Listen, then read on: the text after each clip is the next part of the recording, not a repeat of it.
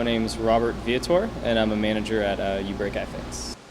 Our company provides repairs for a lot of personal electronics, so like glass repairs on phones, laptop repairs, water damage repairs, video game systems, pretty much any personal electronic that you can break. If we can get the parts for it, generally we can fix it. The most common repair would definitely be glass repairs on a lot of Apple products, iPads, iPhones, iPod Touches, as well as other smartphones like HTCs and Samsungs.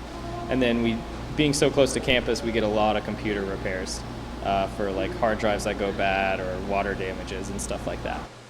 We're open 7 days a week, so phones come in all the time. Usually like over summertime we get more water damage phones just because people are actually doing water sports.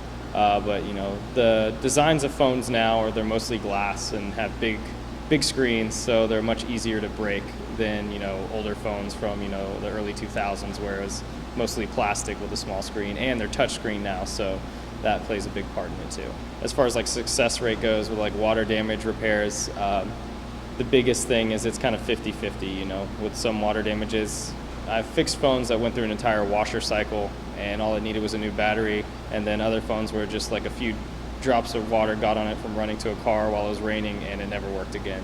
Every repair is just kind of different. Some are more tedious than others, but nothing's really that hard per se. We do get a lot of stuff in here, sometimes very obscure products that you have to do soldering, and there's some things like iPhone repairs are just monotonous. We get a lot of broken iPhones, so it's nothing new, but when you get some like random, like a motorcycle lamp or something, and you actually figure it out and get it working, it can be very rewarding. And just having the knowledge now of how to repair electronics is very rewarding in itself, because if ever anything breaks on my own, I know I can fix it. And it's kind of a new industry in that sense, where a lot of people still don't know you can repair electronics. And that's kind of the biggest competition we have, is just people don't know. Because 10 years ago, I would never have thought that all these personal electronics could be fixed, and they're very fixable.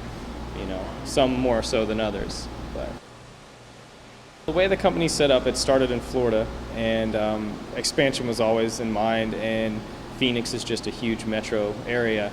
And so, the goal is to have a uBreakiFix in every major metropolitan area, multiple stores in every major area, and Phoenix is just one of the most highly populated, cities in the country, so it's kind of a no-brainer. And being close to campus was, ASU is, I believe, the largest school in the country as far as enrolled students, so that made a lot of sense to come here first. This company was actually started by a good friend of mine that I went to high school with and carpooled with, and he had, back in 2009, when the iPhone 3G came out, he broke it, bought a new one, broke it again, was like, oh, this is ridiculous, so he looked up to see if he could fix it, bought the parts online, tried fixing it himself, completely destroyed that phone, but realized in that moment, like, I could figure this out and do this, and this would actually be something that I could maybe turn into a business. He was always very business oriented. So he bought a bunch of broken glass phones, like iPhone 3Gs, on eBay, and then bought a bunch of parts and started fixing them, and then it kind of grew from there. We do try and have fun here, as employees. It's, growing up in like a technological era, where, I grew up playing video games. We have arcade machines in our shop. It's just interesting seeing, how things work.